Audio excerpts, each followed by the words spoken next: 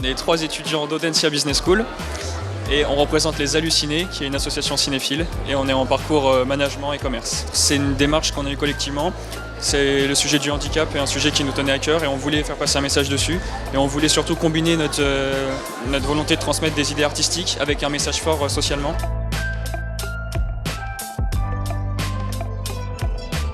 Au niveau du message, c'est qu'on voulait montrer que le handicap, c'est pas un frein pour trouver l'amour.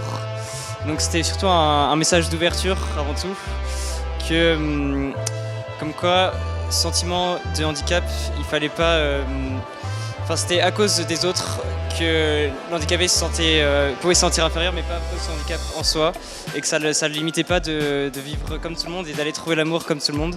Et donc c'est ça qu'on a voulu mettre en scène dans notre court-métrage, à la fois sur le plan physique et sur le plan psychologique, parce que ça se joue notamment sur le plan psychologique. Et donc je pense que c'était ça le message principal, oui. Un message d'amour et de paix.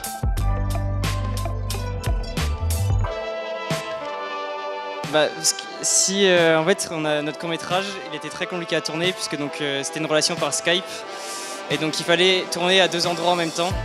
Donc avoir une logistique très très pointue parce qu'il fallait tourner dans 2 appartements différents avec 2 décors différents, des tenues différentes, et ça nous a demandé une logistique et c'est très compliqué et on a perdu beaucoup de temps, donc c'était assez marrant de contacter, de changer d'appartement à appartement. On a passé beaucoup de temps, mais c'était une très belle expérience.